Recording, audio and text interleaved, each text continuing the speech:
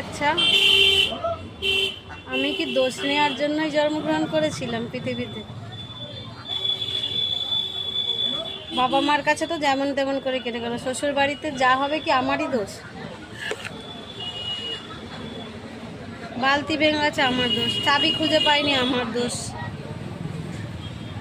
এটা হয়নি আমার দোষ, কেউ পাম্প চালায়নি সেটা আমার দোষ। মানে যা কিছু হবে কি মানে এ টু জেড এমন কোনো জিনিস নেই যেটা হবে যে আমার দোষ হয় না, যে এই জিনিসটাই এর দোষ নেই, আমার দোষ আছে। জিনিস পুরনো হয়ে গেলে ভাঙবে, কিন্তু কেন ভাঙবে সেটাও আমার দোষ।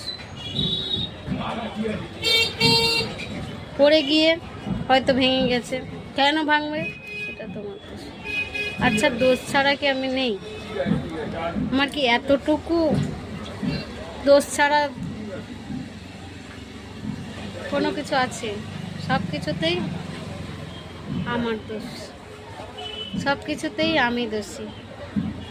দিন শেষে আমাকেই সব কাজে লাগে, কিন্তু দিন শেষে দোষী হই আমি। কেন এরকম? সমাজের নিয়ম, সমাজের নিয়ম কি পাল্টাতে পারে না? দোষটা কি আরেকজনের হতে পারে না? দোষটা আমারই হতে হবে? আমি বুঝতে পারি না কেন।